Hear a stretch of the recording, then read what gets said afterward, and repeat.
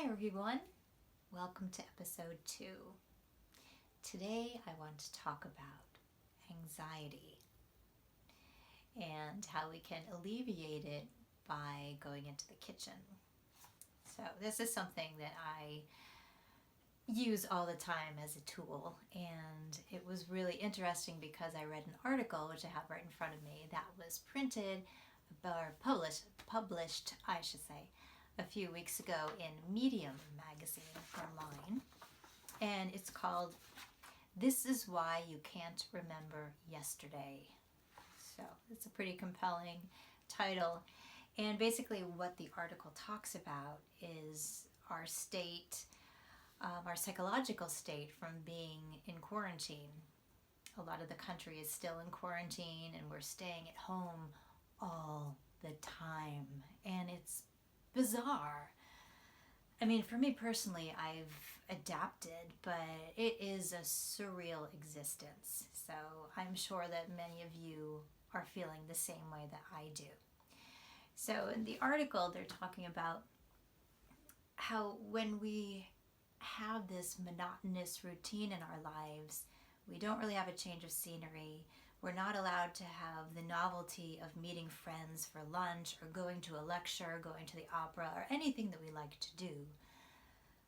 Our mind kind of gets warped and we get stuck. And let's see how he phrased it. It was really great. The shape of time can bend and stretch in disorienting ways. So basically we lose track of time because everything tends to blend together. There's no demarcation. We're outside of our normal routines, that sort of thing. And a lot of times what results from this state is anxiety. And oh boy, I know I have felt it, and I'm sure every one of you has felt it too for different reasons.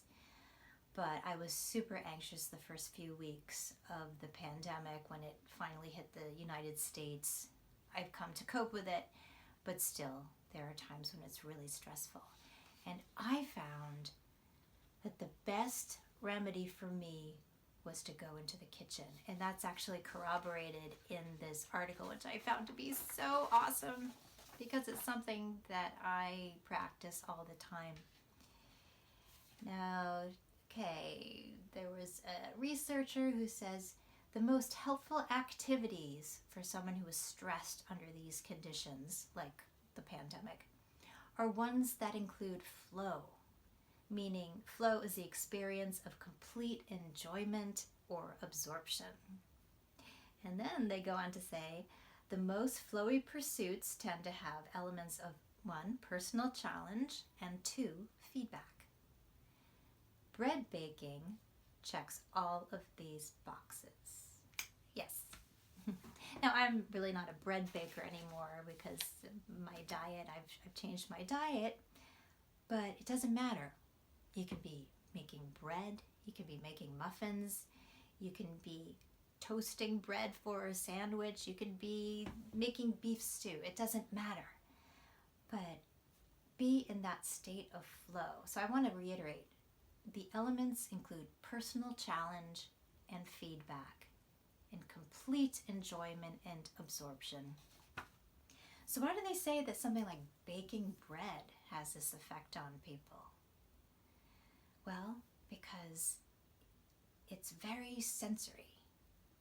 You have this lump of dough in your hand and you're kneading it. And if you're really into it and you're really engaged, you're feeling the texture of the bread, you're pushing and pulling and pushing and pulling, and that in itself is a very meditative, repetitive, absorbing activity. People find this kind of flow feeling when they're knitting, for example. Their needles, go back and forth, very rhythmic kind of process. Same thing with something like bread baking. When you're kneading that dough, you have to be very in touch with the texture and the temperature of the dough to know exactly when to stop kneading it and to put it aside to rise. Now this has a feedback element which they talk about. I'm going to put that on the floor. So the feedback is when you put that beautiful loaf of bread into the oven and it comes out and it's golden brown and crusty on the outside and just soft and delectable in the center. So that's your feedback. Your feedback is a delicious loaf of bread. I love this article so much because this is what I do all the time. Go into the kitchen and shift your attention from the anxiety into a task. That's exactly what they tell you to do in this article.